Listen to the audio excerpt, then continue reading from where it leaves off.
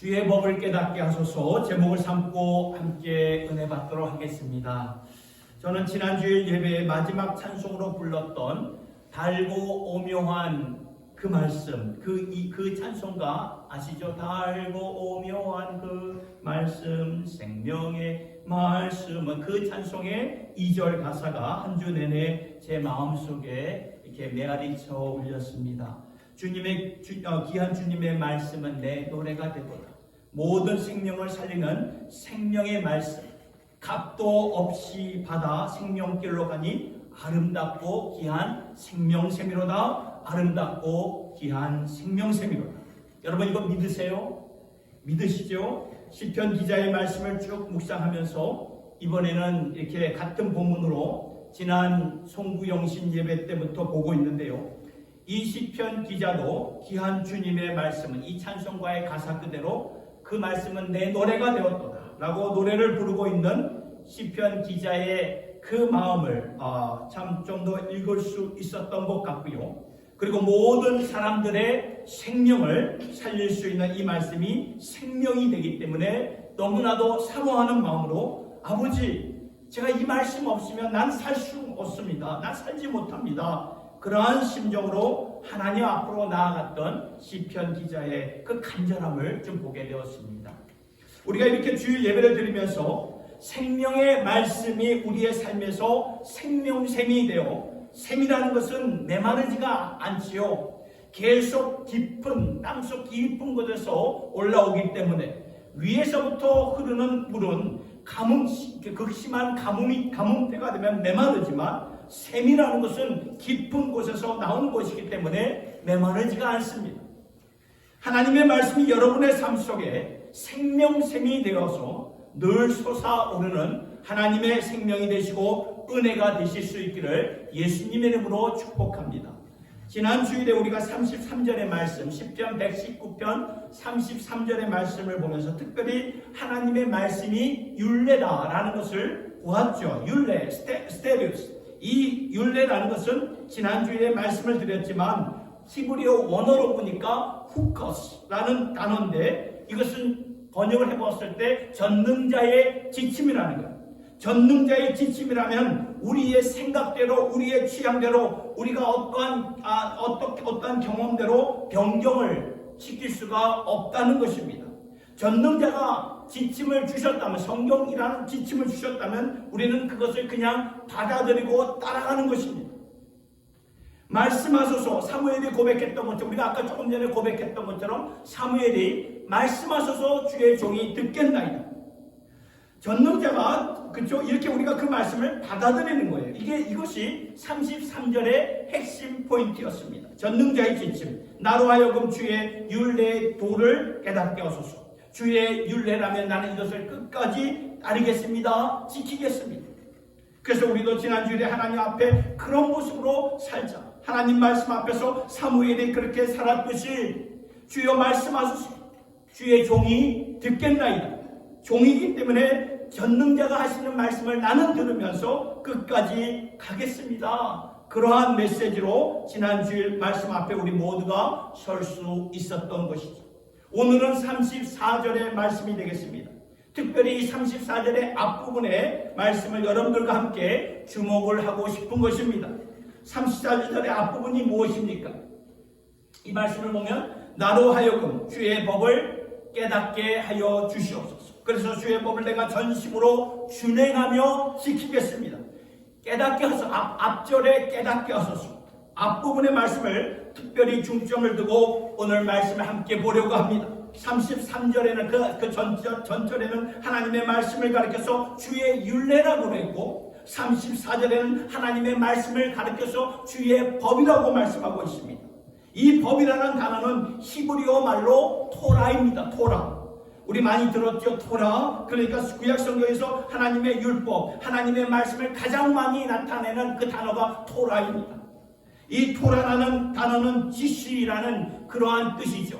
지시, instruction, 그러니까 교훈을 지시하다. 이스라엘 백성들에게 왜 그렇게 이 토라가 중요했고 이 토라가 왜 그들의 자존심이 되었고 명예가 되었냐 하면은 이 법이라는 것은 하나님께서 이렇게 당신과 관계가 있는 자에게만 주셨기 때문에, 하나님과 관계가 없었을 때는, 밖에 있을 때는 사실 상관을 안 했다는 것입니다. 나라 밖에 있는 사람이 법을 따르든 안 따르든 그것은 큰 문제가 되지가 않아요. 그러니까 하나님께서 우리에게 토라, 그 말씀을 주셨다, 당신의 법을 주셨다라는 것은 이제 하나님과의 언약으로 말미암아 관계가 형성이 되었기 때문에, 전에는 우리가 하나님 밖에 있었는데 이제는 하나님의 집 안으로 들어왔다라는 그러한 뜻이 됩니다. 그러면 그 집의 법을 따라야 되지 않겠습니까? 전에는 하나님 나라 밖의 사람이었는데 이제는 언약으로 말미암아 하나님 나라 안으로 들어왔다면 그 나라의 법을 따라야 된다는 거예요. 그렇기 때문에 이 토라라는 것은 이스라엘 백성들, 오늘날 이스라엘 백성들에게도 생명과 같은 그러한 자체입니다. 우리가 하나님과의 관계가 있다는 것을 증명해 주는 것을 말씀해 주는 거죠. 그래서 instruction for us, instruction for God's people. 그래서 지난 주일에는 율례라는 단어에 초점을 두었다면 오늘은 그 주의 법을 깨닫게 하소서, 여기에 초점을 두고 말씀을 같이 함께 나누고 싶은 거예요. 왜 시편 기자는 여기서 이러한 기도를 하고 있는 것일까요? 주님의 법을 깨닫게 하여 주시옵소서, 나를 계몽하여 주시옵소서, enlighten me. 왜 이러한 기도를 드리고 있는 것일까요? 34절을 묵상하면서 생각해 보게 되었어요. 생각을 해보게 되니까 여호와의 그 법이 그렇게 어려운 그런 말씀이 아니에요. 깨닫기 어려운 것이 아닙니다. 예를 들어서 하나님의 계명 가운데 대표적인 그 10계명의 말씀을 한번 생각해 보시기 바랍니다. 10계명을 보면 그 말씀이 어렵습니까? 아니에요. 제 1계명부터 보면 이렇게 나와 있죠. 나 외에 다른 신을 두지 말라. 굉장히 명확합니다. 그렇죠? 제 2계명 무엇입니까? 우상을 만들어서 하나님처럼 섬기지 말라. 어렵지 않아요. 3계명 여호와의 이름을 망령되이 일컫지 말라. 조금은 설명이 필요하지만 충분히 우리가 이 말씀을 이해하게 됩니다. 4계명 안식일을 기억하고 거룩하게 지켜라. 명확하죠. 5계명 내 부모를 공경하라. 그렇죠? 6계명 살인하지 말라. 7계명 간음하지 말라. 그 다음에 8계명 도둑질하지 말라. 9계명 내 이웃에게 거짓 증거하지 말라. 10계명 내 이웃의 것을 탐내지 말라. 10계명 여러분 어렵습니까? 아니에요. 어렵지 않아요. 세상에서는 변호사가 필요합니다. 어떤 때는 이 법이 애매모호할 수가 있기 때문에 뉘앙스로 보면 이렇게 볼 수도 있고 저렇게 볼 수도 있기 때문에 우리가 법적인 조언도 구하고 자문도 구하고 그래서 변호사도 사야 되고 그런 면에서 필요한데, 하나님의 법을 보니까 이것이 삶의 instruction for life 이기 때문에 그렇게 어려운 것이 아니라는 거예요. 그런데 왜 여기서 주의 법을, 토라를 깨닫게 해달라고, enlighten me, understanding 해달라고, 이해하게 해달라고 시편 기자는 기도를 하는 것일까요? 그리고 이 법을 내가 깨달아야 전심으로 온 마음 다해 지킬 수 있습니다 라고 말을 하고 있는 것일까요? 여러분, 법을 머리로 깨달아서 그대로 살면 되는데 이것을 내가 진짜 깨달아가지고 마음으로 살 수 있도록, 그래서 저는 이 말씀을 묵상하면서 어떤 사람을 생각해 보았냐면 바리새인들을 한번 생각해 보았습니다. 여러분, 하나님의 법, 이 토라의 전문적인 그런 지식적인 전문성을 가진 자들은 누구였습니까? 바리새인들이었습니다. 여러분, 바울도 바리새인이었기 때문에 그러한 고백을 했죠. 예수님을 만나기 전에는 이 율법에 대해, 하나님의 법에 대해 그러한 내가 그 열정이 둘째에 가라면 서러운 자였다, 그러한 고백을 해요. 그만큼 이 바울도 이 그 율법에 그냥 이렇게 율법에 아주 넘쳐났던 그 지식이 넘쳐났던 자였습니다. 그러니까 바리새인들 있잖아요. 법에 대해서도 열심히 있었고 지식도 있었고 법에 대해서 전문적으로 다 아는 자였어요. 그런데 예수님께 그렇게 책망을 받지 않았습니까? 왜 그럴까요? 그 율법은 잘 알았는데 이 바리새인들에게는 그 법을 주신 분에 대해서는 잘 몰랐던 거예요. 이게 중요하다는 거죠. 그 법을 잘 알았는데 그 법을 주신 분을 인격적으로 퍼스널리 만나지를 못했다는 것입니다. 그래서 복음서를 보면 바리새인들이 그 예수님께 법을 가지고 와서 막 따지지 않습니까? 아니, 당신을 랍비면서, 당신은 메시아면서 어떻게 법을 어기십니까? 하나님의 법을 어기십니까? 여러분, 이게 말이 됩니까? 예수님이 하나님이신데 그 법을 주신 분 앞에 와서 당신은 법을 모르는 사람입니다. 그러면서 예를 들어서 당신은 안식일을 범했다고 몇 번이고 와서 예수님 앞에 난리를 지우지 않습니까? 그래서 예수님이 뭐라고 말씀하시다가 누가복음 6장 5절의 말씀을 보니까 인자는 안식일의 주인이다. 그 법 내가 준 거다. 그 법 진짜의 의미는 이러한 것이다. 그러니까 바리새인들은 법에 대해 지식적으로 너무나 잘 알았던 거죠. 이 법은 이러한 것이다. 예수 이것을 법적으로 본다면 이러한 뜻이다. 그러면서 거기에 따르는 여러 가지 지침을 만들어 가지고 예수님을 자꾸 이렇게 공격을 했던 것입니다. 그러니까 예수님이 바리새인들에게 요한복음 5장 39절을 통해서 이렇게 말씀하지 않습니까? 너희가 성경에서 영생을 얻은 줄 생각하고 성경을 연구하거니와 이 성경이 곧 내게 대하여 증언하는 것이니라. 너희가 성경에 대해 여기서는 율법에 대해 스크립처에 대해서 영생을 얻은 줄 생각하고 성경을 연구하거니와 그렇죠? 이 율법을 연구하고 공부하고 전문적인 지식을 갖고 그 율법을 달달달달 외웠는데 너희들은 이 성경이 곧 내게 대하여 증언하는 것을 그렇게 모르냐? 성경을 지식적으로 머리로는 이렇게 알았는데 인격적으로는 깨닫지 못했다는 그 말씀입니다. 이게 문제라는 것입니다. 시편 기자가 하나님의 법을 알지 못해서 이러한 기도를 하고 있는 것일까요? 아니죠. 시편 기자는 하나님의 법은 알았어요. 무슨 말인지는 알겠는데 하나님께서 깨닫게 해주셔야 내가 전심으로 지키겠습니다. 그 말이라는 거예요. 여러분 법이라는 것이 있잖아요. 알아서 지켜지던가요? 법을 잘 아는 사람들이 법을 어기지 않고 살던가요? 성경을 참 많이 통독한 사람들이 죄를 안 짓고 살던가요? 성경의 신학을 완전히 터득한 사람들이 항상 이게 거룩하게 성자처럼 살던가요? 아니죠. 안다고 지키는 것이 아니라는 것입니다. 이 말씀이 그 말씀이 인격이 되어가지고 그 말씀을 지적하고 있는 그분을 내가 만나서 그분이 내 안에 있어야 내가 그분을 위해서 전심으로 with all my heart로 전심으로 주의 말씀을 지키며 살아가게 된다는 그 말씀이에요. 여러분 전심이라는 말은 인격을 가리키는 것입니다.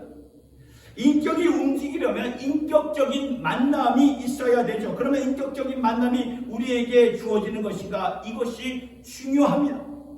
말씀을 통해 하나님께서 계몽해 주시고 인라인 해 주시고 성령의 빛으로 내게 비추시고 이것이 머리에서부터 가슴으로 와서 인격적으로 터치가 돼요. 이렇게 되려면 말씀을 묵상해야 된다는 것입니다. 우리가 그냥 읽고 이런 뜻이구나 공부를 하고 그냥 신학적으로 리포트를 쓰고 그렇게 넘어가는 것이 아니라 그렇게 하는 것이 아니라 묵상을 통해서 내 심령 안으로 그 말씀이 들어와야 된다는 거예요. 우리가 잘 아는 시편 1편 1절과 2절의 말씀 같이 한번 읽어볼까요? 시작. 복 있는 사람은 악인들의 길을 따르지 아니하며 죄인들의 길에 서지 아니하며 오만한 자들의 자리에 앉지 아니하고 오직 여호와의 율법을 즐거워하며 그의 율법을 주야로 묵상하는 자다. 여러분 복 있는 사람이 어떤 사람이라고 시편 기자는 말씀하고 있습니다. 2절을 보니까 어떤 자라고요? 여호와의 율법을 즐거워하여서 그 율법을 주야로 밤낮으로 묵상하는 자다. 묵상, 메디테이션. 여러분 이 메디테이션이 무엇입니까? 묵상은 문자 그대로 본다면 무엇 하나를 깊이 생각하고 오래 생각한다는 것입니다. 이것이 묵상이에요. 깊이 생각하고 오래 생각하며 되새기며 생각한다. 그렇다면 저와 여러분들에게 이 묵상이라는 것은 하나님의 말씀 앞으로 와서 그러니까 그냥 성경책을 이렇게 펴가지고 읽는 것이 아니라 하나님 내가 지금 하나님 앞으로 나갑니다. 이런 중심으로 나아가는 거죠. 하나님을 정말 만나고 싶은 마음으로 그 말씀 앞에 나와서 그 말씀을 통하여 지금 내게 현실적이고 개인적인 말씀을 줄 때까지 그 말씀을 붙잡는 거예요. 마리아가 그렇죠? 마르다와 마리아 언니와 동생 사이에 마르다가 예수님의 발 앞에 앉았던 그것이 바로 그 모습이라는 거예요. 그렇게 해야 되는데 그 말씀을 계속 되새겨야 된다는 것이죠. 그러면서 현실적으로 내게 주시는 말씀이 무엇인가? 지금 개인적으로 주시는 말씀이 무엇인가? 이 말씀이 머리에서부터 가슴으로 와다 그 말씀이 나를 인격적으로 만나줄 때까지 그 자리에 있는 것이 이것이 묵상의 메디테이션입니다. 그래서 시편 기자는 복 있는 자들은 여호와의 율법을 즐거워하여 그 말씀을 주야로 묵상하는 자로다. 제가 한 몇 주 전에 두 아들 녀석을 위해서 좀 간절하게 기도를 하는데 굉장히 이렇게 좀 무거운 기도 제목이 생겼어요. 그런데 두 아들 녀석의 참 기도 제목이 참 굉장히 버겁더라고요. 그래서 자면서도 그 버거운 기도 제목을 갖고 있다 보니 꿈도 꾸게 되고 무거운 꿈도 꾸게 되고, 그리고 그날 아침에도 참 많이 무거웠는데, 그래서 무거운 마음을 가지고 하나님의 말씀을 이렇게 펴고 접하게 된 말씀이 창세기 29장의 말씀이었습니다. 거기에 무슨 스토리가 있냐면 창세기 29장에 레아에 대한 스토리가 있습니다. 레아, 야곱의 첫 번째 와이프죠. 부인이죠. 그런데 그 레아는 야곱에게 남편에게 사랑을 받지를 못했습니다. 사랑을 전혀 받지 못하고 레아의 동생이었던 라헬에게 모든 사랑을 빼앗겼던 자였어요. 너무나 안 됐어요. 너무나 서글픈 여인이었어요. 그래서 레아가 하나님 앞에 자신의 그 서러운 마음을 호소하니까 하나님께서 레아의 아픔을 보시고 그의 태를 열어주셨습니다. 그래서 레아가 아들 넷을 낳게 됩니다. 나중에 딸도 낳고 더 낳게 되지만 창세기 29장에서는 네 아들을 낳게 됩니다. 그것이 창세기 29장의 마지막 부분인데 거기서 네 아들들의 이름을 짓게 됩니다. 그래서 첫째 아들의 이름이 뭐냐면은 루벤.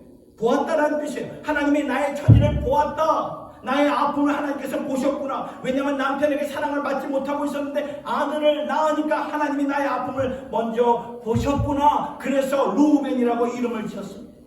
둘째 아들 시므온입니다. 하나님께 나의 간구를 들으셨구나.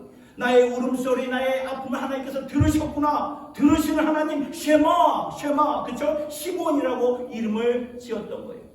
셋째 아들 레위, 이제는 남편과 연합할 수 있겠구나. 연합의 의미를 갖고 있었던 거죠. 그리고 아들 하나를 더 주시죠. 넷째 아들 유다. 찬송하리로다. 이제는 하나님께로만 찬송할 것입니다.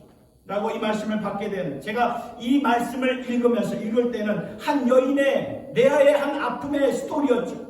여인의 아픔을 하나님께서 아시고 이렇게 응답해 주시고 위로해 주셨구나. 그러면서 저를 보시는 하나님, 내 기도 소리를 들으시는 하나님, 이렇게 적용을 하곤 했는데, 그런데 그날은 그 말씀을 묵상하면서 그 말씀이 저한테 진짜 이렇게 위험한 메시지로 다가오더라고요. 제가 이렇게 간절히 주님 앞에 기도하는 모습을 하나님 보시는구나.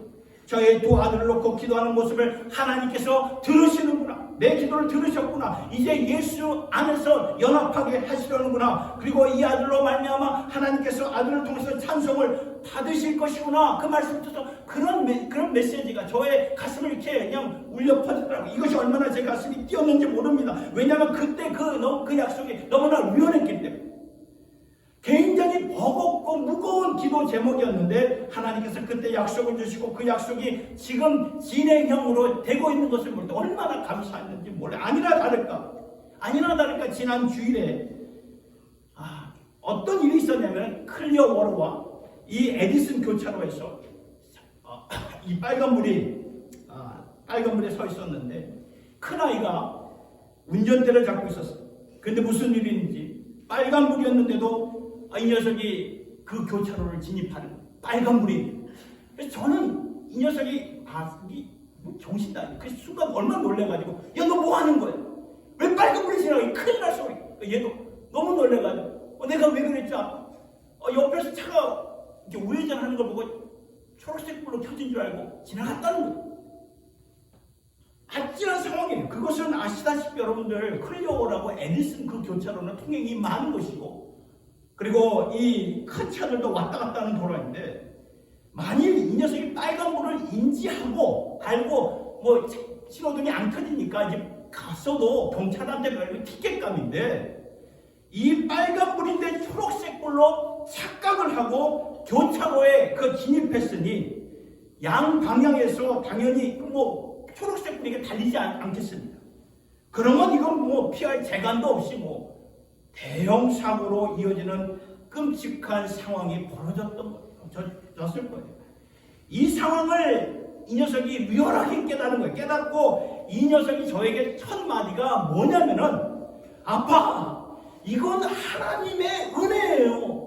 그런 말을 하더라고요. 이건 하나님의 은혜예요. 평생 지금까지 제가 살면서 제가 제 큰아들 녀석한테 하나님의 은혜라는 말을 들어보지 못했는데 아빠 이건 하나님의 은혜예요. 그래 너 다시 태어난 거야. 하나님이 양방향에서 그때 차가 없도록 오지 않도록 인도해 주셨기에 사는 것이지 그렇지 않으면 너 우리 모두 다 세상과 빠이빠이야.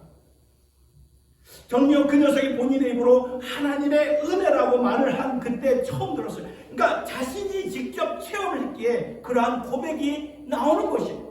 그동안 머리로 알았던 예수, 그 사건 이후로 이 녀석이 하나님이 나를 보호해 주셨구나, 나를 지켜주셨구나 몸소 체험했던 거예요. 그래서 이 녀석에는 클리어워를 플러스 에디슨 이꼴 하나님의 은혜, 본어게인 이러한 공식이 그 아들 녀석에 이렇게 박혀있던 거죠. 그렇습니다. 머리로 깨닫는 것을 넘어가죠. 제 마음속에 인격적으로 주님이 와서 내가 듣고 있다, 알고 있다, 보고 있다, 연합하고 있다, 찬송을 받는다 하면서 말씀을 주셨는데 여러분 이것이 그냥 되는 것이 아닙니다. 내가 의지적으로 내가 힘을 내서 열심을 내서 의지적으로 하나님 앞으로 나와야 된다는 거죠. 말씀을 읽고 말씀을 접할 때 하나님 앞으로 나오는 거예요. 그러면 하나님이 나의 모습을 아시고 나의 어려움을 아시고 오늘 내게 주시고자 하는 그 실제적인 리얼한 메시지를 주실 것이고 개인적이고도 인격적인 메시지를 주실 것인데 그 말씀이 내게 올 때까지 우리는 그 자리에서 계속 되새기며 그 말씀을 되새기며 계속 묵상하는 거예요.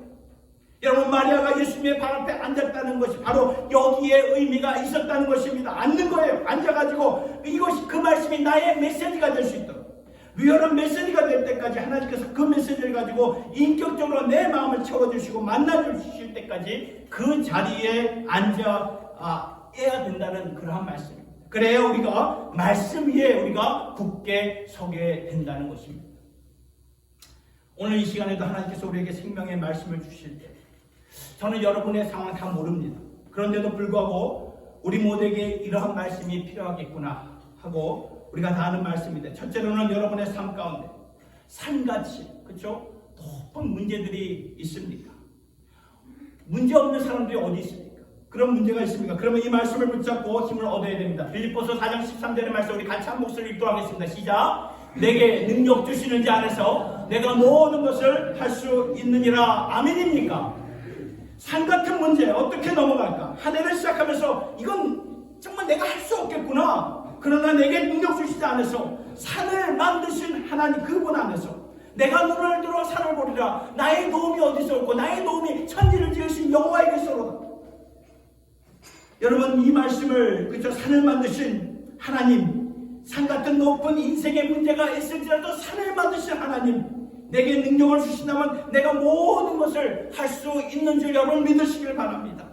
그리고 여러분 우리의 환경이 너무나 꼬여가지고 막 주저앉고 싶은 그러한 상황이십니까? 그러면 이 말씀을 붙이고 우리가 소망으로 인내하셔야 됩니다. 로마서 8장 28절의 말씀 같이 읽겠습니다. 시작! 우리가 알거니와 하나님을 사랑하는 자 곧 그 뜻대로 부르심을 입은 자들에게는 모든 것이 합력하여 선을 이루시는 우리가 알거니와 이것을 우리가 아는 거에 확신을 갖고 하나님을 사랑하는 자, 그 뜻대로 부르심을 입은 자들에게는 이 모든 것이 뭡니까? 아픈 것, 어려움, 고통, 꼬인 상황, 이것까지도 하나님께서 하나님이 합력하여 그분은 전부를 진두지휘하시는 분이기 때문에 모든 것을 갖고 역사하시는 하나님이시기 때문에 이것을 가지고도 합력하여 선을 이루시는 하나님. 그래서 내가 할 일은 무엇입니까? 하나님을 사랑하는 거예요. 어떠한 상황에서도 하나님을 사랑하는 거예요. 그리고 또 한 가지 생각해 볼 때 지금 나에게 떨쳐버리지 못하는 나만 알고 있는 그런 죄악의 습관이 있습니까? 이 약속을 붙잡고 우리가 기도해야 됩니다. 요한일서 1장 9절의 말씀 같이 읽겠습니다. 시작! 만일 우리가 우리 죄를 자백하면 그는 미쁘시고 의로우사 우리 죄를 사하시며 우리를 모든 불의에서 깨끗게 하실 것이다. 믿으십니까? 우리 죄를 우리가 자백하고 그렇죠? 컨페션하고 하나님 앞에 아뢰면 고백하면은 회개하면은 그는 미쁘시고 의로우사 그렇죠? 그분은 미쁘시고 의로우신 분이기 때문에 우리 죄를 깨끗하게 해주실 뿐만 아니라 우리를 모든 불의에서 깨끗하게 해주신다는 말씀입니다. 오늘도 나를 잡고 있는 이 죄악의 습관에서도 우리를 깨끗하게 하시고 우리를 구원해 주실 우리를 위해 의로운 자리로 인도해 주시는 분. 여러분, 이러한 말씀을 우리가 붙잡고 기도하는 거예요. 이것이 나에게 주신 말씀이 그냥 성경책에 있는 말씀, 내가 그냥 한 구절 한 구절 쓰고 덮는 노트가 아니라 하나님이, 그분이 내게 필요한 말씀을 직접 내게 주시는 살아계신 하나님, 그러니까 주여 주의 법을, 주의 말씀을 내게 깨닫게 하여 주시옵소서. 인라인이, 그렇죠? 지식적으로 깨닫는 것이 아니라 인격적으로 퍼스널리 깨닫게 하여 주시옵소서. 그러면 내가 전심으로 인격적으로 온 마음 다하여 주님의 말씀을 지키겠습니다. 여러분, 우리가 말씀 위에 굳게 서지 않으면 결단코 우리가 굳게 설 수가 없습니다. 아시나요? 굳게 설 수 없어요. 다른 토대 없어요. 다른 토대 없습니다. 반석 위에 설 수 있는 길은 다른 길이 없어요. 이 시간에 우리 모두 주의 말씀 앞에 이렇게 나오겠습니다. 하나님, 오늘도 당신의 말씀을 통해서 내게 말씀해 주시고, 오늘도 당신의 말씀을 통해 인격적으로 말씀하시는 주님을 내가 믿습니다. 그 말씀을 묵상하면 그 말씀이 내게 주시는 내 환경에 현실적이고 인격적인 구체적인 말씀이 될 때까지 그 말씀을 붙잡으시고요, 그 말씀과 씨름하여서 그 말씀 앞으로 나올 수 있는 저와 여러분 모두가 될 수 있기를 우리 주 예수님의 이름으로 축원합니다. 기도하겠습니다. 하나님 아버지, 오늘도 우리에게 주시는 말씀이 있사오니 감사를 드립니다. 말씀을 통해 우리를 찾아오시는 주, 그래서 하나님의 말씀을 내가 인격적으로 깨닫고 받아들여서 인격적으로 내 가슴이 움직임을 받아 전심으로 주의 말씀을 지키며 살아가는 저희들이 되게 하여 주시옵소서. 고단한 삶이지만 매일매일 하나님의 말씀을 묵상하며 이 말씀이 내게 실제적인 메시지, 내게 개인적으로 주시는 메시지가 될 때까지 주의 발 앞에서 떠나지 않는 저희들 모두가 되게 하여 주시옵소서. 어린아이처럼 말씀을 받아 매일매일 주님의 만나를 먹고 예수님의 사랑을 먹고 예수님 그리스도의 임재 가운데 살 수 있는 저희들 모두가 되기를 원합니다. 여기 모인 주님의 백성들에게 내가 너와 함께한다, 내가 반드시 나의 의로운 손으로 너를 지켜주고 너를 이끌어줄 것이다, 이 말씀이 우리의 리얼한 약속이 되게 하여 주시옵소서. 아무리 인생의 높은 산 같은 문제가 있을지라도 이 산을 만드신 하나님이 나의 힘이 되신다면 내게 능력 주신 자에서 내가 모든 것을 감당할 수 있는 줄 믿사오니, 아버지, 아무리 환경이 어렵고 꼬여 있을지라도 하나님을 사랑하는 자, 그 뜻대로 부르심을 입은 자들에게 모든 것이 합력하여 선을 이루신다고 말씀하셨사오니, 어려운 상황 속에서도 하나님이 역사하시는 줄을 믿고 나아갈 수 있도록 인도하여 주시옵소서. 그리고 여전히 우리를 잡고 있는 세상의 죄악과 습관들, 이제 우리의 삶의 주가 되신 주님께서 그러한 죄에서부터 깨끗이 씻어주시고 전과 건져주시고 또 그러한 우리의 삶에 우리가 변화될 수 있는 삶으로 하나님 인도하여 주시옵소서. 하나님 감사합니다. 저희들 주의 법을 깨닫게 하여 주셔서 그 법을 항상 마음에 품고 주님을 품고 살 수 있는 저희들 모두가 되기를 바랍니다. 예수님의 이름으로 기도드리옵나이다. 아멘.